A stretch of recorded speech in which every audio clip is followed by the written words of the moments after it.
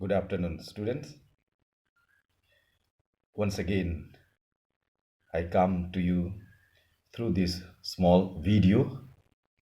Hope all of you are keeping fine at home. Stay at home, stay safe. You remember last time we were discussing about the spread of Roman Empire, then the division of Roman Empire, the taking over of Byzantine Empire by Justin the First, and then followed by Justinian the First, who brought the Roman Empire,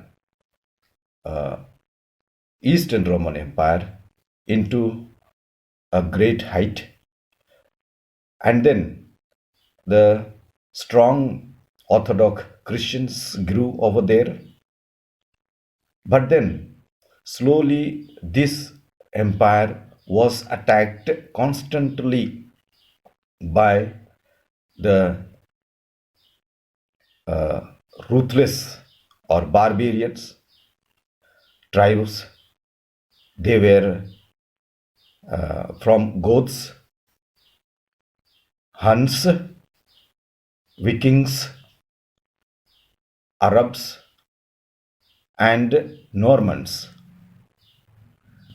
The Ottoman Turks from east had been attacking also constantly, and then in 1453 they took over the Byzantine capital, and with this the Eastern Roman Empire came to an end. That is, Justinian dynasty came to an end. And so there was a hold of the spread of the Christianity, because Turks overtook the whole empire. And so this was a big blow to the Byzantine Empire, first of all, politically and also religiously. After the Islamic kingdom captured Jerusalem in 11th century, Christians and other former inhabitants were subjected to harsh violence and then heavy taxations. And so there was a chaos among themselves, and massive decrease of the visitors to Jerusalem. So Jerusalem, it is the holy city for the Christians, and whole Europe, once it became Christians, then it was the center of worship, and they were prevented from. And so it was a big blow for the Christians. So Pope announced a war, a holy war to liberate, to free Jerusalem and whole of Palestine, because the kings were not able, emperors were not able, and so church took over the lead to fight against these Ottoman Turks. This was declared as holy war, crusade. This is how the crusade started. Holy war started to save Jerusalem. The most common enemy they fought were the Turks. They fought about 8 to 9 times all through the 11th to 13th century. The primary objects of crusade but did not come up. It failed. But then with this, the church grew to be a powerful one. And so even they started acting or ruling the territories. The Pope was the leader, and so he became almost political leader. And then uh, cruelty and the crime and had spread all over, the massacre in the common places and so on. However, in spite of all this disunity and lot of chaos in this area, in the kingdom, there were some things that they gained from these crusades. What are the things that, so what are the aspects? Here it is mentioned. What are the aspects that they gained? What in which field?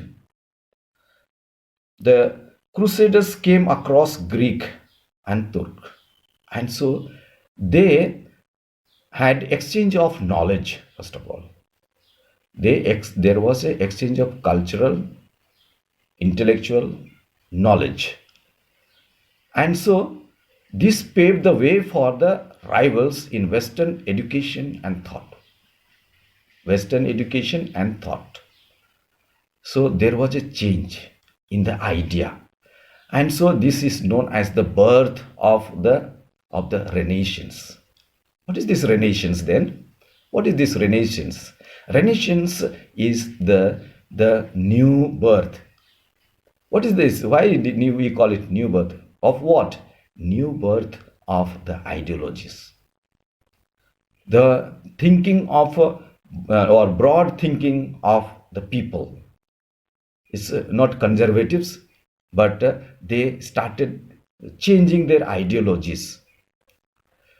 Trade and commerce also was boosted because of the interaction between the Turks, the Western people, and the Crusaders themselves. Next point is the Crusaders learned the use of guns, guns and the gunpowder.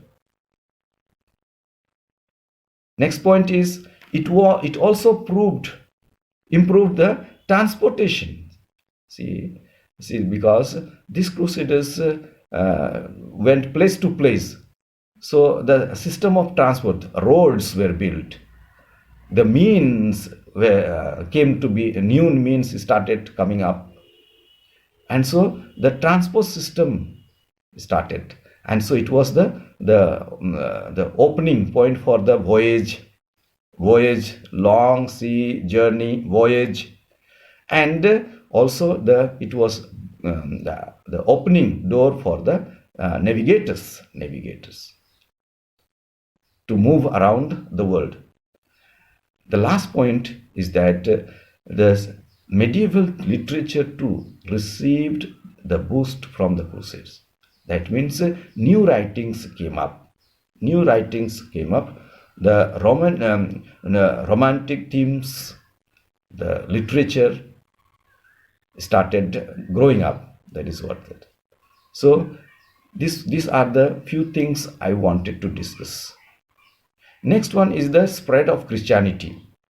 Naturally, the Christianity started growing up because of the interaction of different backgrounds, people of different backgrounds coming up together, and so it was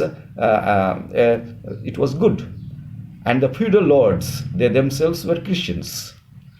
And so the subjects whom they were serving or dominating, they were ruling, they were supposed to be Christian, because they announced the state religion, Christianity as the state religion. So Christianity started spreading fast. Next thing is that here the monks played very important role in the spread of Christianity. As Christianity spread, the number of churches were built in this area. So it was what called blessing in disguise. It was blessing in disguise, really. Then coming up of the monks next time, monks and the monasteries. So monks started playing an important role for the spread of Christianity, as well as for the social and political, no, so social, not exactly political, social and what call intellectual role they started playing, because they were the writers. Those days there was not printing press, so they had to write in handwriting. So all these were records were written by these people. They remain inside, and then that was who were the monks now? Who were the monks? There were in those days Christianity, there were two types of, in the church there were two types of priests. Some priests, they were quite together with the people. That means they lived among the people. They served them. They preached the gospel of Jesus. They taught them. They did the work of charity, helped them. So they were one group of priests were among the people, while the other group of people, they were they secluded themselves from the common folk. That means from the community of social people. So society, they lived a separate life. They secluded themselves, and they started living in a community called the monastery. A house where the monks lived is known as monastery. So these secluded priests called themselves monk, and then started living a secluded life. What was their work? Their work was to study. What was their religious studies? First of all, later on they developed into the secular reading and learning also. That was learning, reading, writing. And the important work, main important work was to pray and work. So among them, those who were, some were writers, among the workers, pray and work. That means they prayed together and then they worked together. So that was their work. They remained in secluded life, but they had to work for their own food. They did not depend on the society for their living. And so they had to pray to God, to stay together, and also work. And so they not only intellectual work they did, they also did the manual work. They did also the manual work. So they were they started farming. They started growing crops. They also had the